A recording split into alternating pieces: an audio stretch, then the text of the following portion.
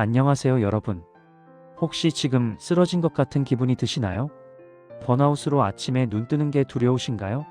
사람들에게 받은 상처 때문에 교회 가는 발걸음이 무거우신가요? 경제적인 압박 속에서 하나님이 정말 나를 돌보시나 하는 의심이 드시나요?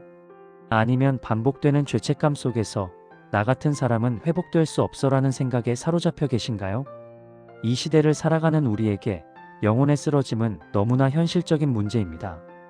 SNS를 열면 남과 비교하게 되고, 뉴스를 보면 미래가 불안하고, 거울을 보면 실패한 내 모습만 보입니다. 신앙생활을 열심히 해봐도 별로 달라지는 게 없는 것 같고, 기도해도 응답이 없는 것 같아서 결국 영혼이 바닥에 주저앉아 버리는 거죠. 하지만 오늘 여러분께 말씀드립니다. 쓰러진 자리, 바로 그곳이 하나님의 손이 닿는 자리입니다. 오늘 이 말씀은 바로 지금 영혼이 쓰러져 있는 당신을 위한 하나님의 메시지입니다. 오늘 설교 제목은 쓰러진 영혼을 다시 들어올리는 손입니다. 이제 하나님의 말씀을 함께 읽겠습니다. 시편 3편입니다. 개역개정 성경으로 봉독하겠습니다. 1절 여호와여 나의 대적이 어찌 그리 많은지요 일어나 나를 치는 자가 많소이다. 2절 많은 사람이 나를 대적하여 말하기를 그는 하나님께 구원을 받지 못한다 하나이다. 3절 여호와여 주는 나의 방패시요 나의 영광이시요 나의 머리를 드시는 자이시니이다. 4절 내가 나의 목소리로 여호와께 부르짖으니 그의 성산에서 응답하시는도다.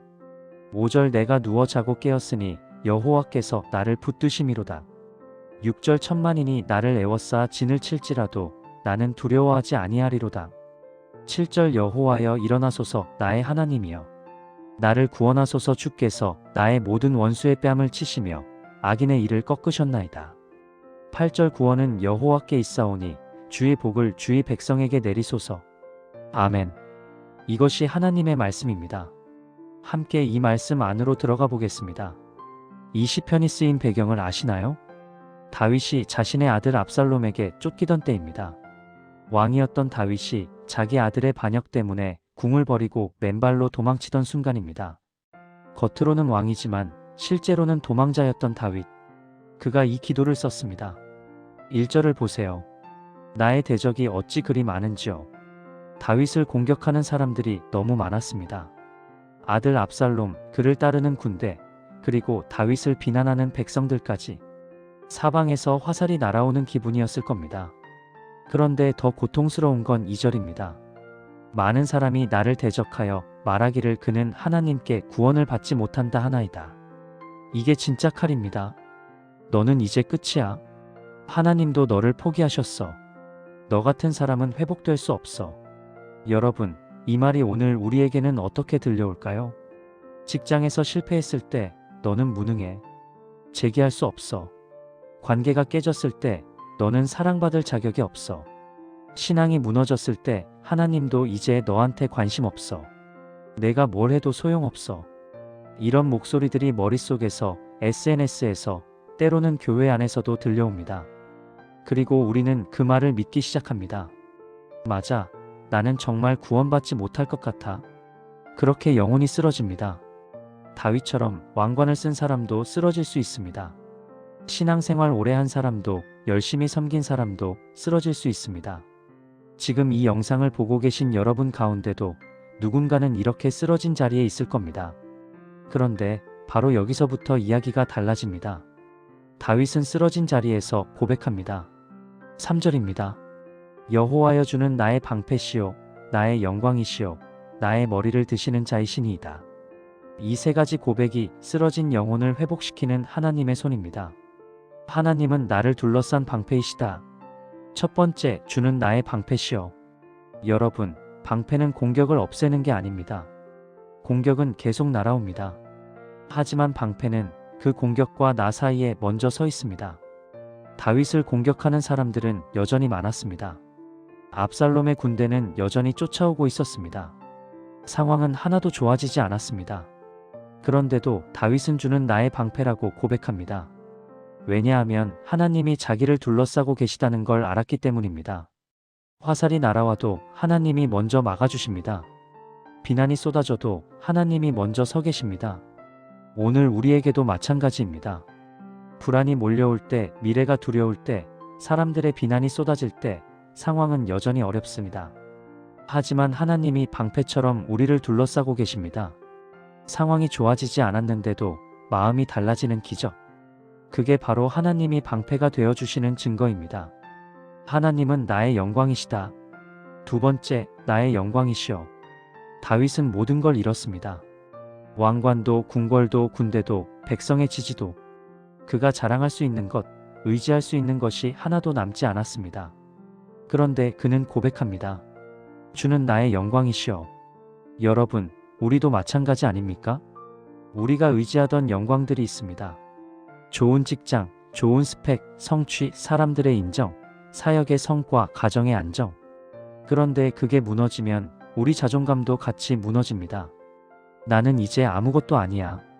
왜냐하면 우리가 그것을 우리의 영광으로 삼았기 때문입니다. 하지만 다윗은 다릅니다. 그는 하나님을 자기 영광의 자리에 모셨습니다. 내가 가진 게 없어도 하나님이 내 영광이시면 나는 여전히 존귀한 사람이다. 여러분, 지금 당신이 잃은 게 많습니까? 무너진 게 많습니까? 그렇다면 이것이 기회입니다. 내 영광의 자리에 하나님을 다시 모셔드릴 기회입니다.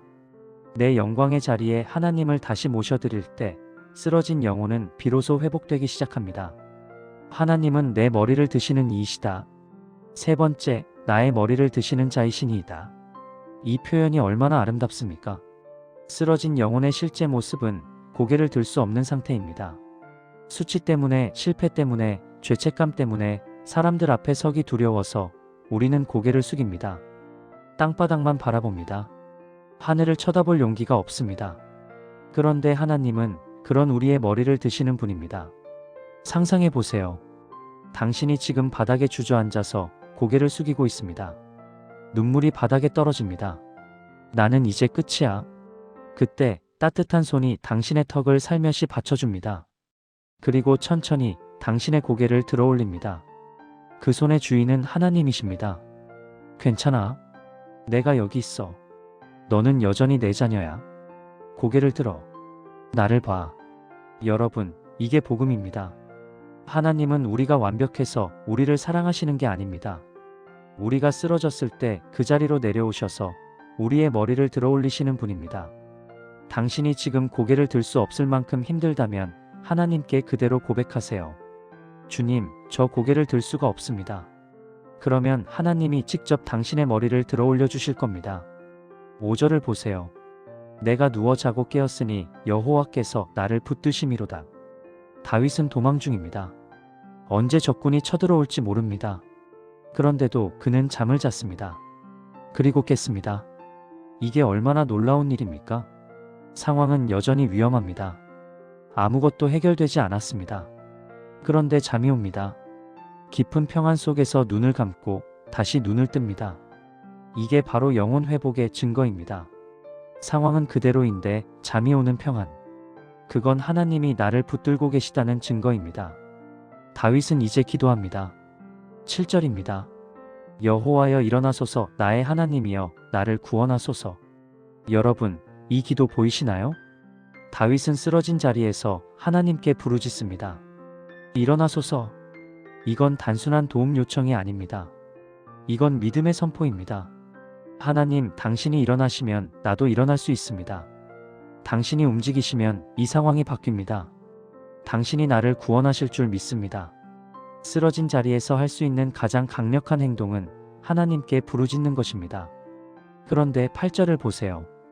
구원은 여호와께 있사오니 주의 복을 주의 백성에게 내리소서. 다윗의 기도가 확장됩니다. 처음에는 나를 구원하소서였는데 이제는 주의 백성에게 복을 내리소서가 됩니다. 이게 진짜 회복입니다. 나만 겨우 버티는 신앙이 아니라 내 회복이 다른 사람들에게도 흘러가는 신앙. 내가 받은 위로가 내 가정에, 내 교회에, 다음 세대에게 흘러가게 해달라는 기도. 여러분, 지금 당신이 쓰러진 자리에서 하나님의 손을 붙잡으면 당신만 일어나는 게 아닙니다. 당신을 통해 당신의 가정이 일어납니다. 당신의 자녀가 일어납니다. 당신 옆에 있는 지친 영혼이 일어납니다.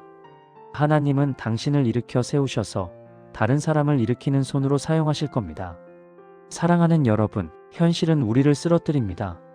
대적은 많고 공격은 거세고 때로는 하나님마저 멀게 느껴집니다. 하지만 하나님은 우리를 둘러싼 방패이시고 우리의 영광이시고 우리의 머리를 드시는 분이십니다. 그리고 쓰러진 영혼을 다시 들어올리시는 구원의 손이십니다. 지금 이 영상을 보고 있는 당신, 혹시 쓰러져 있습니까? 그렇다면 그 자리가 바로 하나님의 손이 닿는 자리입니다. 고개를 들 수 없다면 하나님이 직접 들어올려 주실 겁니다. 일어날 힘이 없다면 하나님이 직접 일으켜 세워주실 겁니다. 이제 선택하세요. 쓰러진 자리에 계속 머물 것인가, 아니면 하나님의 손을 붙잡고 다시 일어설 것인가. 회복은 지금 이 순간부터 시작됩니다. 함께 기도하겠습니다. 편안하게 눈을 감아주세요.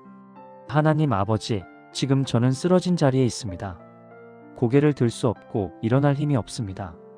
하지만 주님이 저의 방패이시고 저의 영광이시고 제 머리를 드시는 분임을 고백합니다.